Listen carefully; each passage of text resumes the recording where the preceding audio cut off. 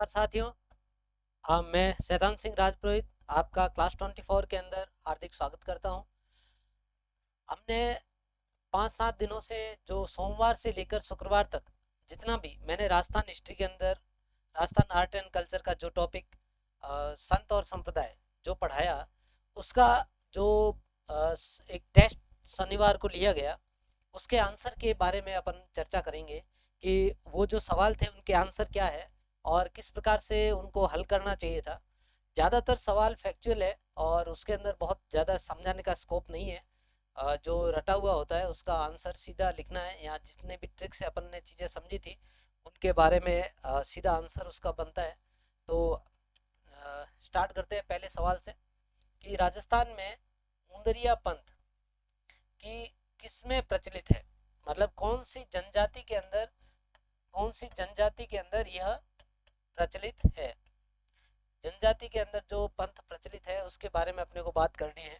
इसके बारे में ज़्यादा चर्चा अपन जनजाति जब पढ़ेंगे वहाँ पर ज़्यादा चर्चा होगी, लेकिन चूंकि पंथ के बारे में है तो वहाँ पर भी वो पंथ चलता है। इसके लिए सवाल का बेसिक सोर्स है वो यहीं से उठता है। लेकिन जैसे मैंने आपको बताया था कि भूरिया बाबा के बारे में जो कि मीणा जनजाति से संबंधित है उनका मैंने आपको प्रश्न नहीं करवाया। उसका कारण ये है कि वो अपन वहाँ पर डिटेल में पढ़ेंगे उनकी बात, और जो वहाँ पढ़ेंगे तो वो अपन उनके साथ याद करेंगे।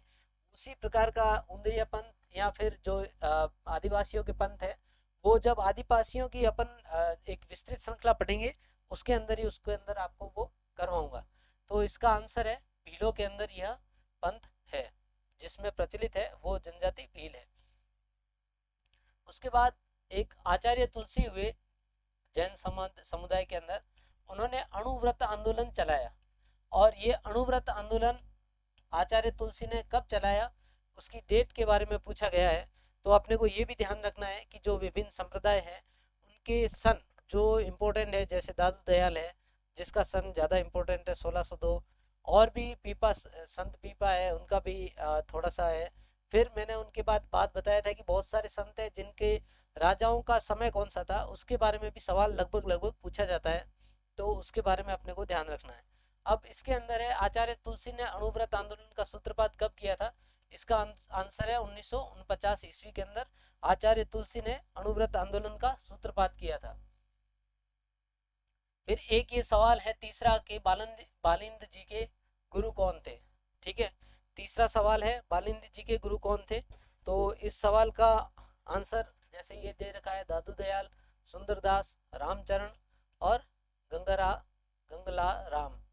तो इसका आंसर है पहला, बालिंद जी थे, उनके गुरु का नाम दादू दयाल था। बालिंद जी के गुरु का नाम दादू दयाल था। ठीक है। और उसके बाद अपन आते हैं आगे, अलखिया संप्रदाय की स्थापना किसने की। बिल्कुल अपन ने बहुत डिटेल में पढ़ा है अलखिया संप्रदाय को। और इसके ऑप्शन है चरणदास जी, लालगिरी जी, संतदास जी या भोलानाथ जी। ठीक है। तो इसमें से सही आंसर कौन सा है, ये माफ कीजिएगा चौथा सवाल है। चौथे सवाल का सही आंसर क्या है। इसका सही आंसर है अलखिया संप्रदाय, लालगिरी जी। ठीक है, ये भी चौथा ही सवाल है। आगे पांचवा सवाल, मंत्र राज प्रकाश एक पुस्तक का नाम है, किस संत के आध्यात्मिक विचारों का संकलन है। मंत्र राज प्रकाश किस आध्यात्मिक संत के विचारों का संकलन है। संत लालदास जी, संत सुंदरदास जी, हरिदास जी, चरणदास जी, किस संत के आध्यात्मिक विचारों का यह संकलन है। ठीक है, इसका सही उत्तर है संत हरिदास जी के विचारों का संकलन है मंत्र राज प्रकाश। ठीक है। उसके बाद है सुप्रसिद्ध काया बेली ग्रंथ की रचना किसने की। सुप्रसिद्ध ग्रंथ है काया बेली, इसकी रचना किसने की। ऑप्शन है सुंदरदास जी, रहीमदास जी, दादू दयाल जी और प्रताप सिंह। तो काया बेली जो ग्रंथ है इसकी रचना किसने की, इसके बारे में अपने को आंसर करना है। इसका जो आंसर सही आंसर है वो है दादू दयाल जी।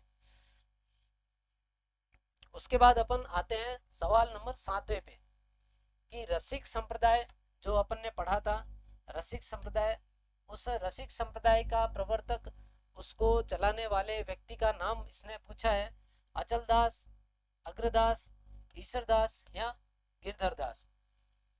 अब अगर अपन थोड़ा सा इसमें अपने को याद भी है, फिर भी इन्होंने थोड़ी सी होशियारी की है। दास भी लिखा है पीछे, दास भी लिखा है, अ से शुरू किया है, अ से शुरू किया है। ठीक है, तो इस मामले में थोड़ा सा ध्यान रखना है कि अपन सिली मिस्टेक नहीं करें, थोड़ा सा इसका ध्यान रखें।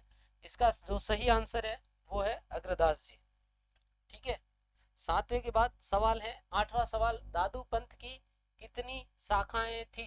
दादू पंथ की कितनी शाखाएं थी, ये है सवाल। इसका आंसर है, ऑप्शन कौन कौन से हैं? पहला 4, दूसरा 5, तीसरा 6 और चौथा 8।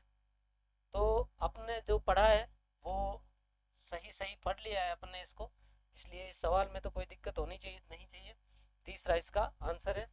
उसके बाद गरीबदास जी, संतदास जी, जगन्नाथ जी, माधवदास जी आदि संतों का संबंध किस संप्रदाय से माना जाता है? ऑप्शन है लालदासी संप्रदाय, जसनाथी संप्रदाय, दादू पंथ और राम स्नेही संप्रदाय। तो अपन ने गरीबदास जी का भी पढ़ा है, संतदास जी के बारे में भी पढ़ा है। ठीक है, इनके बारे में बहुत ज़्यादा डिटेल में नहीं पढ़ा है, लेकिन इन्होंने भी जो संप्रदाय जिसके अभी अपन ये संबंधित है उनके अंदर शाखाएं भी इन्होंने चलाई, इसलिए इनके जो गरीबदास जी है इनका नाम भी थोड़ा सा प्रसिद्ध है। तो इस 90 का आंसर है दादू दयाल या दादू पंथ के ये अनुयायी थे। फिर जो आगे वाला सवाल है उसके अंदर है कि विष्णुई संप्रदाय का संस्थापक कौन थे? तो ये तो सबसे सरल सवाल होगा इस टॉपिक का, जाम्बो जी। उसके बाद 11वां सवाल है, संत माव जी का संबंध किससे है? संत माव जी का संबंध, जो अपन ने बहुत डिटेल के अंदर इनके बारे में अध्ययन किया है, उसका अपन को बताना है कि इनका संबंध किससे है, कौन सी जगह से है। तो इसका चौथा आंसर होगा, इसका ऑप्शन है अलवर, बीकानेर, जोधपुर और डूंगरपुर, लेकिन इसका सही उत्तर होगा डूंगरपुर। इस प्रकार से मैंने आपको लगभग 11 सवाल इसमें से दिए हैं, जिसमें से शायद एग्जामिनर ने 5 या 8 सवाल के करीब उठाए हैं। और यदि आपको कोई नया सवाल लगे तो आप उसको भी नोट डाउन करें और stay tune on class 24। Thank you.